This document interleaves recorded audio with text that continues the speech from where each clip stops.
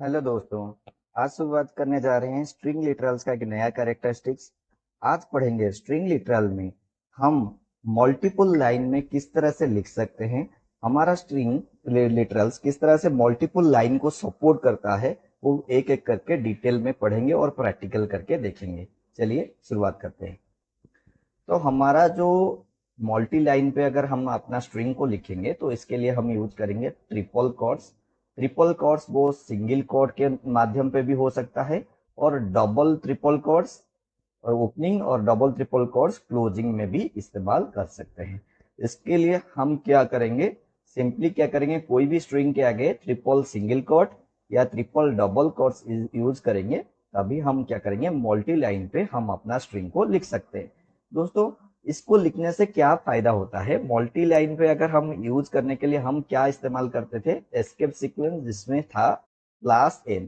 Class N का मतलब होता है न्यू लाइन। जब भी हम किसी की स्ट्रिंग के आगे स्लैश एन लगा देंगे, उसके बाद वाला जो स्ट्रिंग रहेगा वो क्या आएगा, वो कैरेक्टर्स वो नीचे आके नेक्स्ट लाइन पे मूव हो जाएगा। और आप चाहे तो उसको आप सिंगल ट्रिपल सिंगल कोट्स या ट्रिपल डबल कोट्स के माध्यम से मल्टी लाइन स्ट्रिंग में लिख सकते हैं।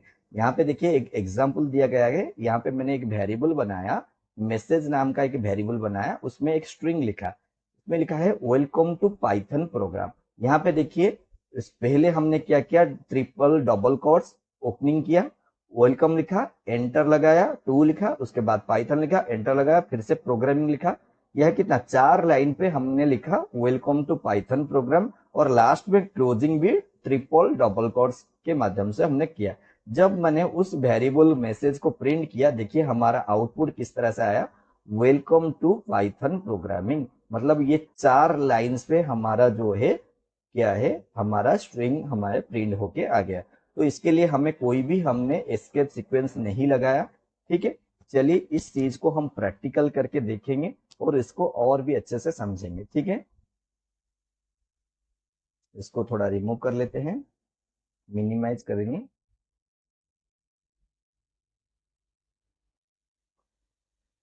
और मैं अपना VS कोड ओपन कर लेता हूं। हमने अपना विजुअल स्टूडियो कोड ओपन कर लिया।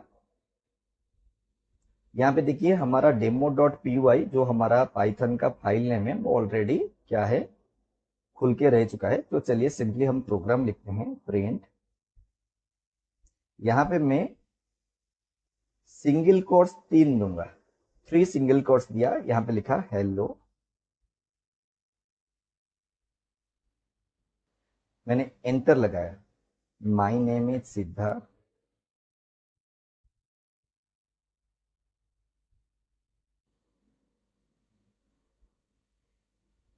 और फिर से एंटर लगाया, वेलकम टू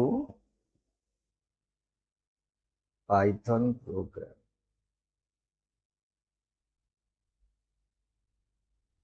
इतना मैंने लिखा और इसको क्लोज किया, 3 सिंगल कोट्स। इसको क्लोज कर लिया। इसका मतलब ये रहा कि हमने एक स्ट्रिंग को 3 लाइन पे हमने डिवाइड करके लिखा है। ठीक है, चलिए इसको पहले रन करके लेते हैं। उससे पहले फाइल को सेव करना जरूरी है।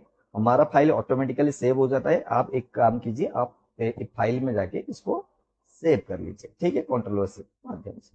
यहाँ पे पहले हमको क्या करना है, हम जिस फाइल पे हम इसको स्टोर किया है, मतलब जिस लोकेशन पे वो स्टोर होगा, उस लोकेशन का पाथ को पहले लिखेंगे।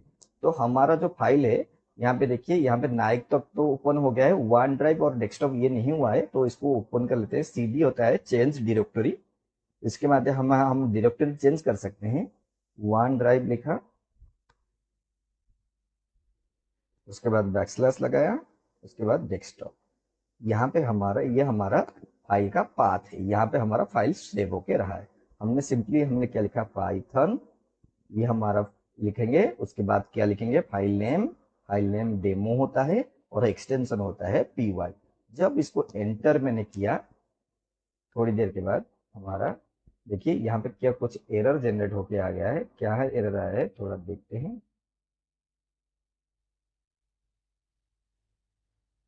शायद हमने कुछ गलत लिखा है, जिसकी वजह से यहाँ पे आया। यहाँ पे लिखिए Python demo dot p y. अब इसको देखिए, अब सही से आ गया। शायद हमने पाइथन का जो स्पेलिंग है वो ठीक तरह से नहीं लिखा था, कमांड जो एरर आ गया था।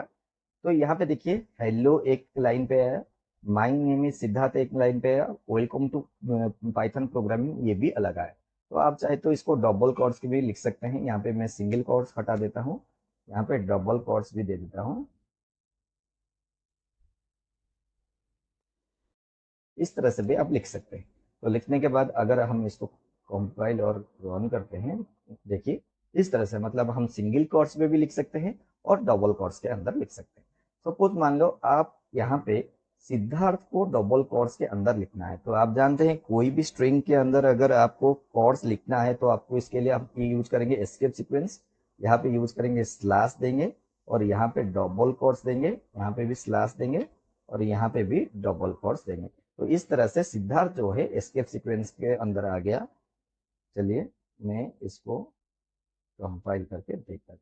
देखिए यहाँ पे हमने क्या किया, जब हमने सिद्धार्थ अभी क्या है डबल कोट्स के अंदर आ गया। देखिए इस तरह से आप लिख सकते हैं,